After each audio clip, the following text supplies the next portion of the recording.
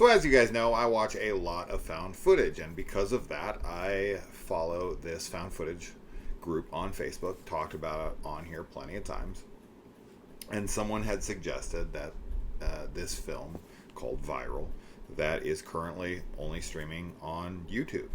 The people who made it, I guess, directly uploaded it right there, and that seems to be the only place that you can currently watch it for free.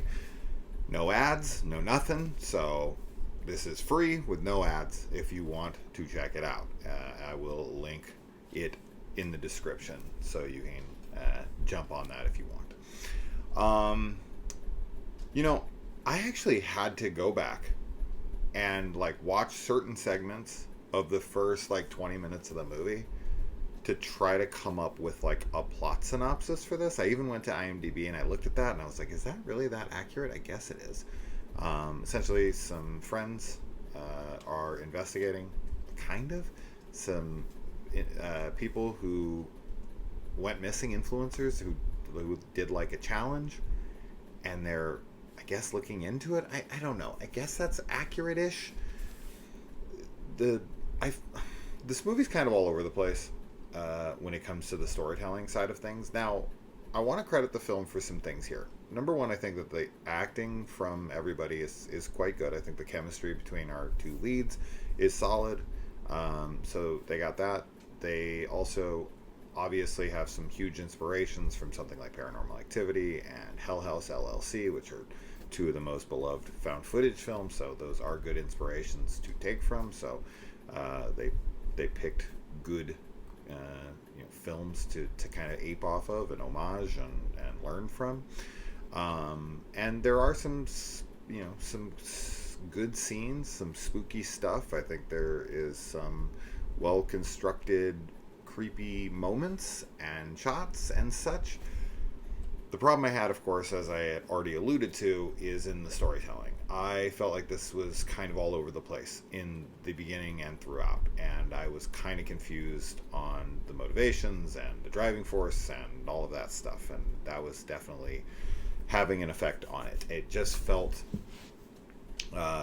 very random at times and unfocused. I guess that's really what it comes down to.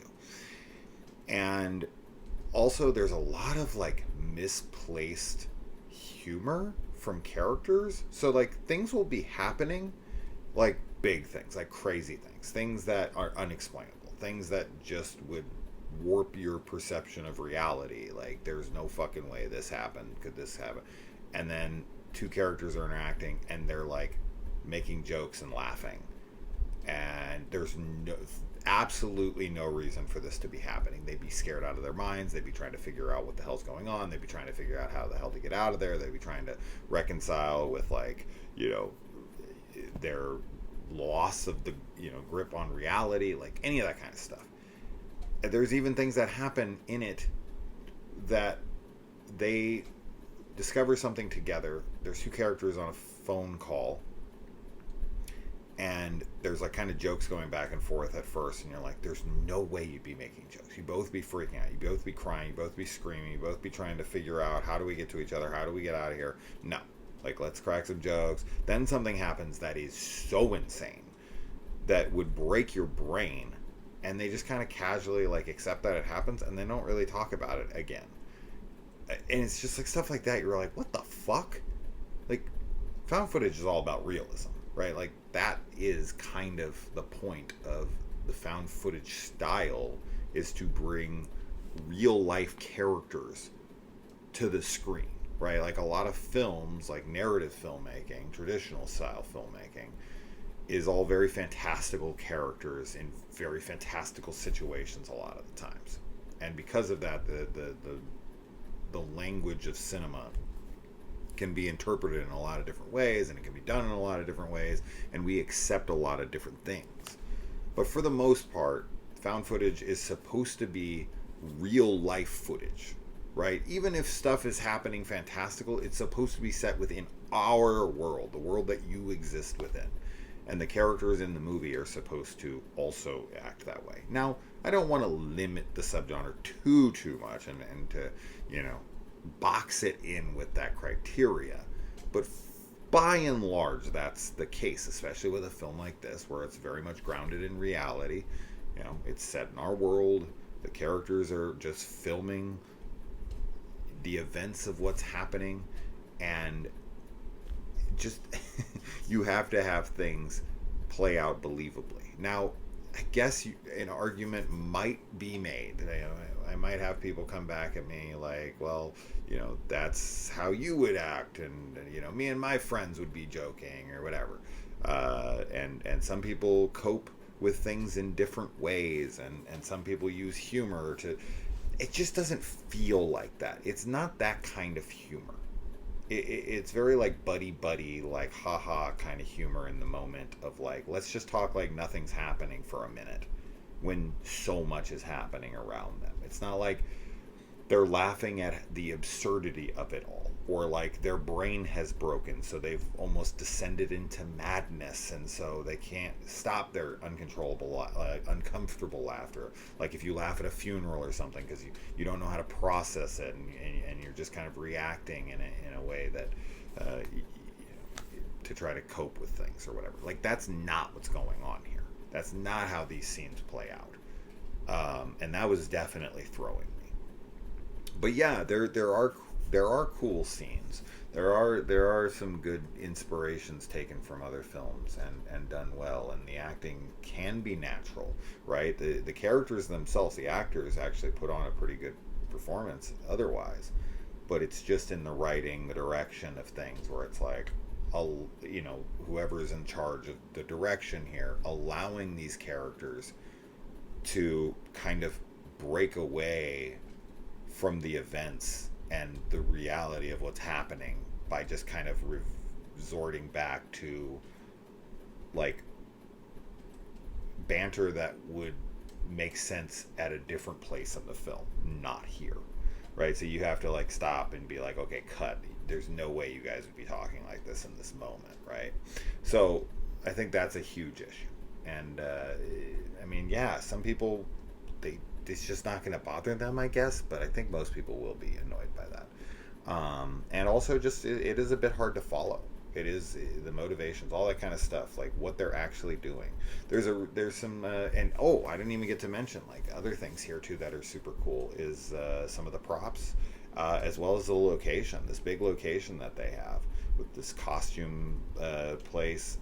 That's a really cool location. They have a lot of really cool locations at their disposal here, from basements of houses to as I said, this big like almost warehouse type thing with costumes, and that stuff was all very cool. I really liked that, and I was pretty impressed with the size of these locations that they got to use. And then there's this really cool book that they have in this that's like a witch's book that they find, and it looks like a bigger Necronomicon of sorts, where it has all this illustration and all of these like all these drawings and crude writings and stuff, and they're like layered, like writing over writing over writing, and like everything's going slanted and crazy, and pictures, and it's cool as hell. It's a really cool book. Like whoever designed that, put that together, really put a lot of effort and a lot of time into it, and it did not go unmissed here. I noticed it was very cool, and I want to always give credit where credit's due, and I think there is a lot to take away from this film that's positive. I do think it's cool in a lot of areas. I just think that as far as the storytelling goes, this is a similar problem I just had with the other found footage movie I watched right before this, Faye, which I had to do similar things. I had to go back to the beginning, start watching it again, because I'm like, guys, I really do try to pay attention to these fucking things. I really do. And sometimes the storytelling is so all over the place that I myself, the viewer, feel like I didn't do a good enough job, or that I'm missing things, and that I'm dumb, or that I'm not following things correctly, and I should be paying better attention, and maybe I played with my phone too much or something, which I really try never to do while I watch these types of films, because I want to give you guys a good, accurate, review of at least my my feelings on it anyway. But yeah, man, I rewatched like 15 minutes of this film. Like I went back to the beginning, watched the first few minutes, and I was like, how the fuck does that even tie into this? It kind of does, kind of doesn't. I don't know. It's just I got pretty lost on this one, and that sucks. And I don't think that should happen, right? Like when you watch Hell House LLC or Paranormal Activity or any of these movies that I had said that this is clearly inspired by in certain ways, it's never unclear what is happening.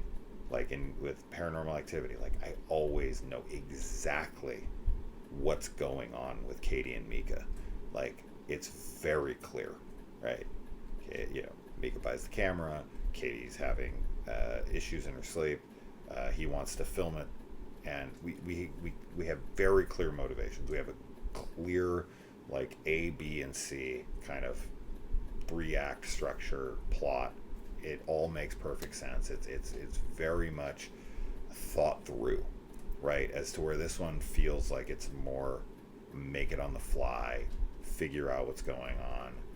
There's just so many scenes that I'm thinking back of, and I even rewound to, and I was just like, I don't understand. And then there's another scene that's set up early, and then it's brought back later, and it's going to be brought back. It's this like light. It's like this turn the lights off, turn the lights on game with counting, and this this saying or whatever that you say at the beginning of it, and it's used later in the film, and I don't really understand why it's used the way that it is in that later scene, where it's like they're doing it to do something, and then it's there, and it's like, why are you continuing to keep doing this? And it just doesn't make sense. And then something happens where it's like insane. Something in that scene happens where you're like, what the actual fuck? And then they just accept it. It's just so many scenes like that where they're just like, oh, this is insane. That's a crazy thing. This thing moved when it's not able to move otherwise. This has to be supernatural. There's no other explanation for it. And they're just like, okay, moving on. No fucking way, dude. So, yeah, that shit killed me. That shit absolutely killed me. So, this was a frustrating movie because with the locations, with the actors, with the setups of the scares, all that stuff, I think you have all the pieces to make a good found footage film.